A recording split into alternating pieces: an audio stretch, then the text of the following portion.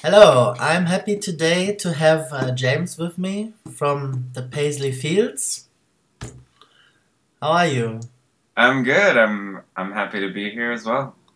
That's very nice. How you doing? So, would you please introduce yourself a little bit and tell us a little bit about the band? Sure. My name is James Wilson. I'm the lead singer and songwriter for the Paisley Fields. We are a queer country band based in Brooklyn, New York, and we are working on a new tour that's coming up in March, and probably an album soon. But we're just getting started on that. Haven't you been on tour already? Yep, we just got back in let's see, January. We went on a short tour in January, and we did a bit of touring last year too. So, how was the last tour?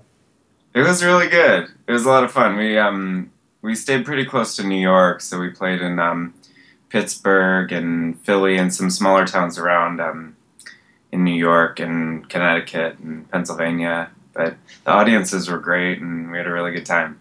Do you remember a special highlight from this tour? I think both Pittsburgh and Lancaster, Pennsylvania, were our two favorite cities on this last tour, just because we had pretty good, like really good crowds, and the bands were really good that we played with, and those are my two favorite places on this last one. So, tell me a little bit about how the band came to be. Okay, so I formed the band with my good friend Jessica Kimple. She's also a singer in the band, and we went to school together and decided to form this group, the Paisley Fields. She used to work at the Metropolitan Opera, and our drummer worked there, so she knew him through that. And she also met our singer Anna at the Metropolitan Opera. Her brother Joe joined the band, and that's basically how we all met up, got together. So these are all the band members, because that was my next questions. Who are the other people in the band? But you already told us. That's it. That's it. We have a few other members who come in. We recently just added a mandolin player. His name is James Steiner. So he came on the last tour with us. But that's the core group. We have a few people join us here and there too. Okay. So how does playing to thousands compare or differ to playing a smaller venue? Well, we haven't really played to thousands, so I can't really say. But I'm sure it would be great. We usually play to, the most we play to is a couple hundred people, which is really exciting. But yeah, we'd like to play to bigger audiences. So it's maybe a stupid question, but do you prefer studio work or do you prefer to play live? It's not a stupid question at all. I like both for different reasons. I mean, playing live is much more exhilarating, and you have a relationship with the audience, so it's sort of a give and take thing. And in the studio, there's in a way it's less pressure because you can do it over and over, and it's a different environment. But it's hard for me to answer because I like them both for different reasons. I think performing live is a lot more exciting, and then working in the studio is sort of, it's fun, and then you get something out of it at the end when there's a lot of work done afterwards too. Yes. How long have you been in the music game? How did you get started? I actually got started, I guess, in Japan. I lived there for a year, and I moved there and ended up studying taiko drumming, which is this big Japanese drum, and I formed a band out there called Sora Ocean, and we played together, and we still will play together occasionally. He's coming to New York next week, and we're going to play a show. But we toured out there, recorded a record, and then when I came back to New York, I decided I'm gonna play music full time. So I did everything I could to make that happen, So and that how was, many years are you in the music industry now? I guess, I moved to Japan in 2009, so I would say since about then, maybe about 5 years. Okay, and you played live all these years, or did it start with studio work and later? Because I want to know if you still have stage fever when you go out and start to sing, or is it kind of routine now? Yeah, I've played live for a long time, but I was actually just talking to one of my friends about this. I still get nervous every single time I play. Like even if it's a small show, I don't know. I don't know if that'll ever go away. Do you think it's important to have stage fever before you do a live show, or I I think don't so. know? Or do you think it's not a good sign if you don't have stage fever anymore? Yeah, I think it's important to get. I mean, for me at least, to get a little bit nervous because it gives you the adrenaline, and I don't know. It can be bad if you get too nervous before, but I think it's good to have a little bit of adrenaline going. You know. Okay. So how do you approach the songwriting process? I think you are the songwriter in the band. Is that Yeah. correct?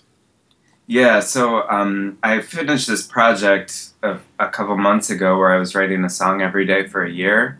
So that was a big challenge. I would just sort of sit down at the keyboard here and play around with some chord progressions or some melodies, come up with some lyrical ideas, and just sort of see what comes to me.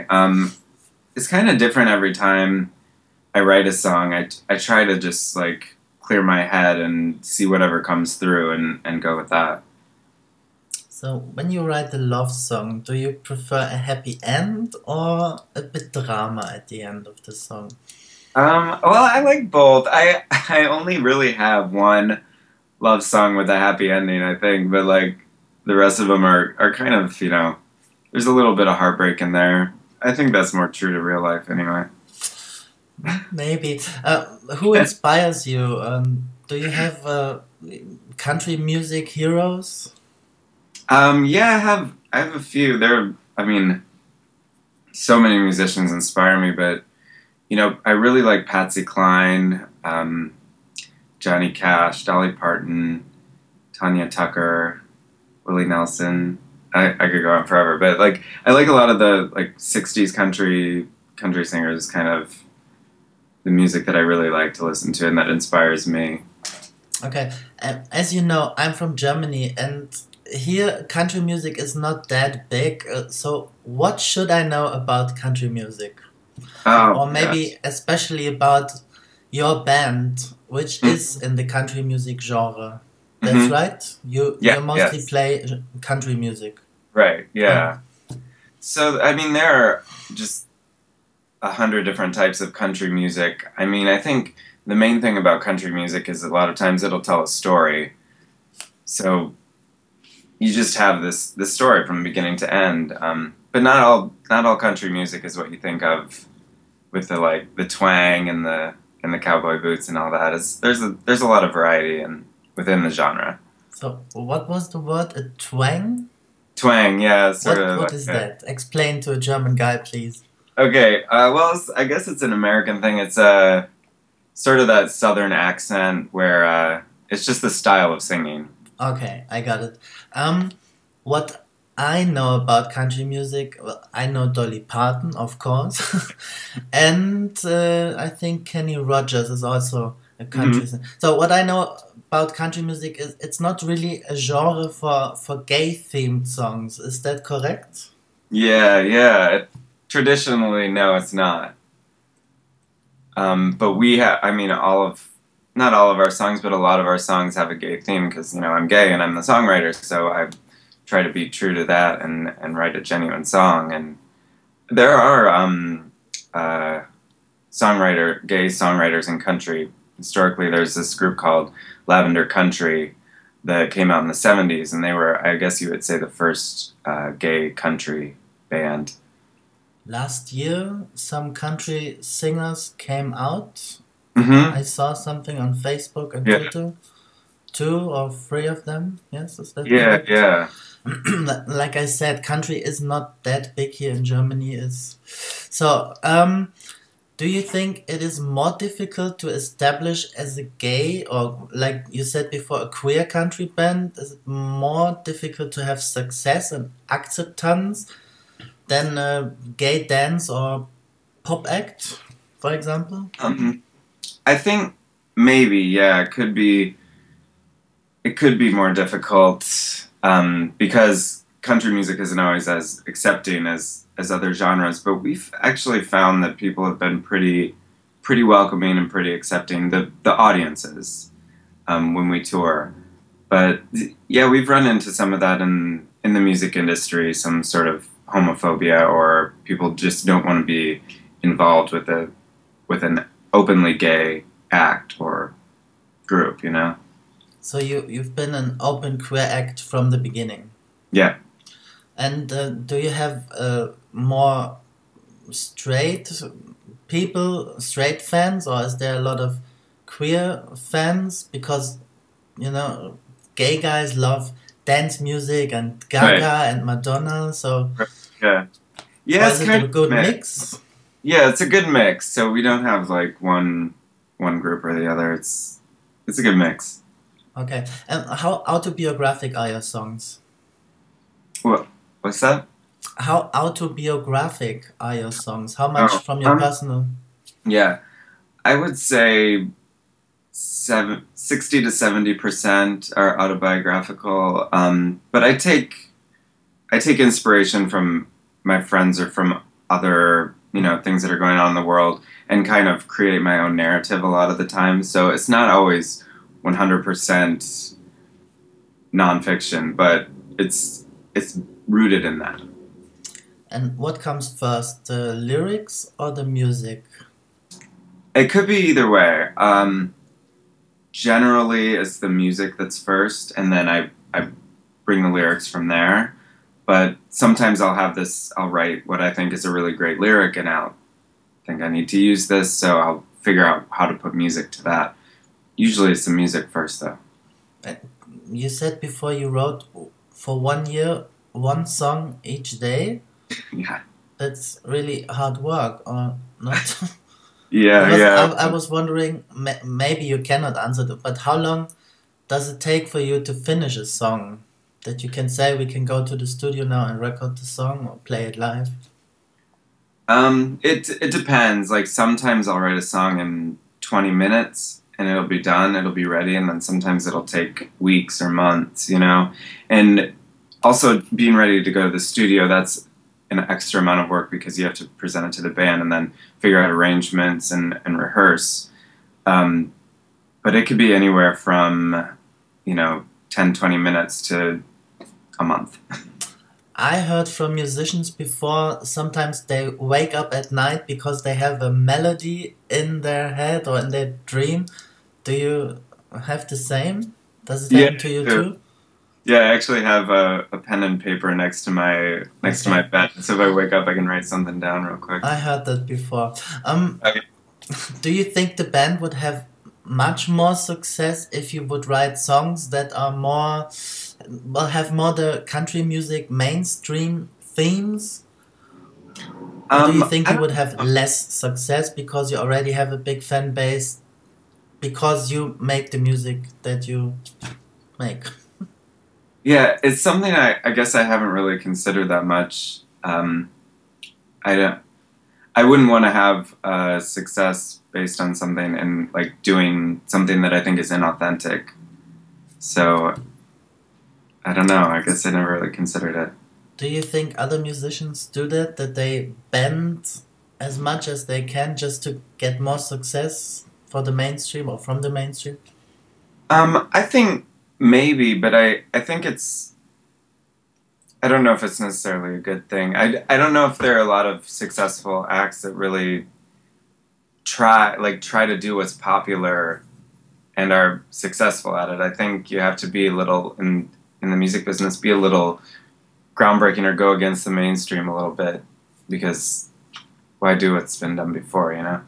So, do you work on a new song or slash a new release at the moment? You said something about a new album before. Yeah, well, we're just getting started, so we haven't even found our producer yet, so we're still like in the very beginning stages. But I have a ton of songs, so yeah, we're getting ready to figure out what we're going to use, go into the studio, and get started on that. Hopefully, in the next couple months, we'll be ready to go into the studio and get something out there. Okay, I'm curious. Um, One memorable line from a song. Do you have something in your Uh, mind? from one of my own songs or You can from a, choose from your own songs, from another writer. okay. There's well, I've been okay. It's a tough one. I have so many songs going through my head. But there's a song that I've been listening to, this Tanya Tucker song that we want to cover, and it's "What's Your Mama's Name?" And it's you just have to listen to the song to get the whole story. But that's the one that's just coming to my mind right now. Okay. Um, from all your songs, which one is your most favorite one? Do you have one song that you?